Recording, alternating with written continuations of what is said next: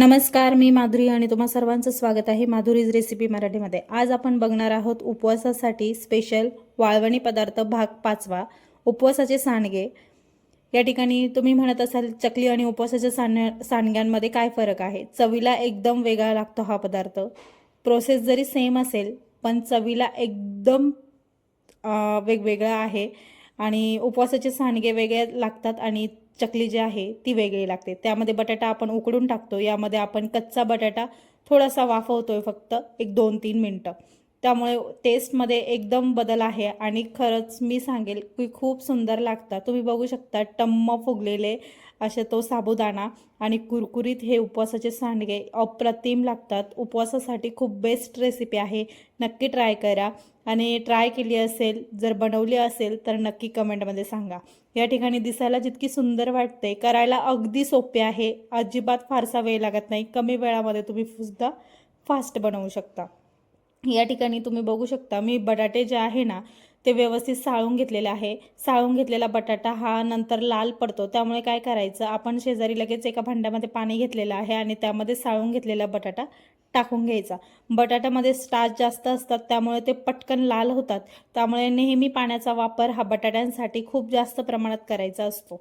अजिबात पाण्याचा वापर कमी करायचा नाही। पाणी जेवढं जास्त वापर तेवढा बटाटा जो आहे ना एकदम व्हाईट या ठिकाणी पांढरा शुभ्र असा दिसतो। या ठिकाणी कच्चा बटाटा साळून घेतल्यानंतर कच्चाच बटाटा आपण या ठिकाणी किसून घेतोय। किसून घेतल्यानंतर सुद्धा मी एका भांड्यामध्ये पाणी घेतलेलं आहे, तुम्ही बघू शकता।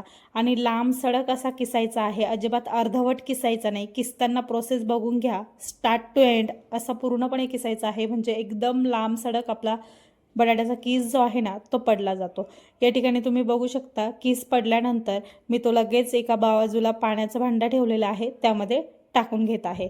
बटाट्याचा किस पूर्णपणे या ठिकाणी बनवून घेतलेला आहे आणि तुम्ही बघू शकता ही प्रोसेस अजिबात आदल्या दिवशी करायची नाही आहे, फक्त साबुदाणा जो आहे ना तो आदल्या दिवशी रात्री भिजत घालायचा आहे। या ठिकाणी बघू शकता बटाट्याचा किस व्यवस्थित तयार झालेला आहे आणि या ठिकाणी मी 2 वाटी रशीची जी आमटी असते आपली ती वाटी 2 वाटी साबुदाणा या ठिकाणी मी रात्रीच भिजत घातला आणि साबुदाणा बघू शकता एकदम मस्त छान एकदम नरम मऊसूत असा भिजलेला आहे। आता साबुदाणा भिजलाय, आपण पुढची प्रोसेस करून घेऊया। या ठिकाणी बघा मी 2 वाटीसाठी साधारणतः आपण जो मी तुम्हाला मागे पेला दाखवला होता, फुलपात्र म्हणतो आपण त्याला, तेवढं भरून मी पाणी वापरलेलं आहे। जास्तीचं पाणी सुद्धा अजिबात लागत नाही। चकलीला कसं आपण कमी प्रमाणात पाणी टाकतो सेम त्या पद्धतीमध्ये आपण पाणी टाकायचं आहे। या ठिकाणी मी लाल सुक्या मिरच्या ज्या आहे ना त्या मिक्सरला छान दळून घेतलेला आहे। तुम्ही चिली फ्लेक्स टाकले तरीच चालेल, पण चटणीची हे सुक्या मिरच्या वगैरे ज्या आपण बनवून ठेवतो ना त्या कशा थोड्याशा तिखट पण असतात, त्यामुळे त्या वापरल्याना रंगही छान येतो आणि खायला तिखटपणा थोडासा छान वाटतो। या ठिकाणी लाल तिखट टाकल्यानंतर चवीप्रमाणे मीठ टाकून घेतलं आणि आपण जे साबुदाणा भिजवून घेतलेला होता तो साबुदाणा मी आता त्यामध्ये टाकून घेणार आहे। तुम्ही बघू शकता साबुदाणा किती छान भिजलेला आहे, एकदम मऊसूत असा साबुदाणा भिजलेला आहे आणि भिजलेला साबुदाणा त्यामध्ये टाकून घेऊया। ते टाकून झाल्यानंतर हलकंसं त्याच्यावरतून मिक्स करून घ्यायचं आणि वरतून जो आपण बटाट्याचा किस करून घेतलेला आहे तो सुद्धा त्यामध्ये टाकून घ्यायचा। या ठिकाणी तुम्ही बघू शकता पाणी जे आहे ना पूर्णपणे निथळून घ्यायचं आहे। पाणी पूर्ण खाली निथळून घ्यायचं आणि कोरडा जेवढा होईल तेवढा आपण बटाट्याचा किस यामध्ये टाकून घ्यायचा आहे। या ठिकाणी मी साधारणतः 2 वाटीसाठी 4 ते 5 आकाराचे मीडियम साईजचे बटाटे आहे ना ते किसून घेतले आणि तेच यामध्ये टाकून घेतले आहे। व्यवस्थित हलकंसं मिक्स करायचं, तुम्ही बघू शकता एकदम व्यवस्थित मिक्स करायचं आणि यावरती आता झाकण ठेवून साधारणतः 7 ते 8 मिनिटं एकदम व्यवस्थित वाफवून घ्यायचं आहे। जसं आपण 7 ते 8-10 मिनिटं चकलीचं पीठ जसं वाफवून घेतो ना सेम त्या पद्धतीमध्ये हवाबंद झाकण ठेवून वाफवून घ्यायचं आहे। वाफवून घेतल्यानंतर त्याचा थोडासा रंगही चेंज होतो आणि चटणीचं किंवा मिरची टाकलेली आहे त्याचा रंगही त्यामध्ये उतरतो आणि खूप सुंदर आपलं जे पीठ आहे ना ते या ठिकाणी बनवून तयार होतं। या ठिकाणी तुम्ही बघू शकता मी यावरती आता झाकण ठेवलंय आणि साधारणतः 7 ते 8 मिनिटं झाकण ठेवून व्यवस्थित पीठ जे आहे ना बघू शकता तुम्ही एकदम छान शिजवून घेतलेलं आहे आणि मस्त या ठिकाणी पीठ जे आहे ना आपलं वाफवून झालेलं आहे।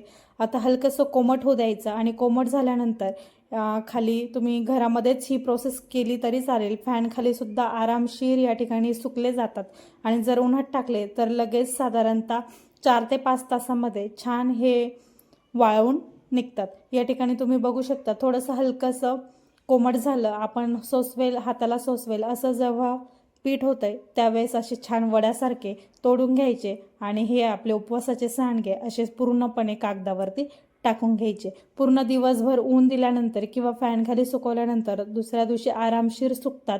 अजिबात जास्तीचा वेळ लागत नाही, एकदम छान। आणि थोडेसे तुम्ही बघू शकता मी थोडेसे मोठे मोठेच घातले, कारण वाळल्यानंतर ते कमी दिसतात आणि कमी दिसल्यानंतर तेलात टाकल्यावर ते दुप्पटनी फुलतात। आता या ठिकाणी तुम्ही बघू शकता किती कमी दिसताय, पण हे सांडगे जेव्हा आपण तेलामध्ये टाकतोय एकदम छान दुप्पट तिप्पटने फुलत आहे। हे बघा इतके छान। आणि तुम्ही साबुदाणा बघू शकता, इतका छान। जसं आपण गोड साबुदाणाचा चिवडा जसा खातो, तो नायलन साबुदाणा जसा दिसतो ना, सेम त्या पद्धतीमध्ये टपोरी साबुदाणा एकदम फुगतो आणि टम्म फुगल्यानंतर तुम्ही सांडगे बघू शकता। तुम्ही जर एक मूठ सांडगे जरी घेतले ना तरी दिवसभराचा उपवास सुद्धा तुमचा निघून जाईल। इतके छान हे दुप्पट तिप्पटने फुलणारे सांडगे। रेसिपी आवडली असेल तर नक्की ट्राय करा। व्हिडिओला लाईक करा, कमेंट करा आणि सबस्क्राईब करा। बेल आयकॉन दाबायला विसरू नका, माझ्या नवनवीन व्हिडिओचे नोटिफिकेशन तुम्हाला येत राहतील। मस्त खा आणि स्वस्त रहा।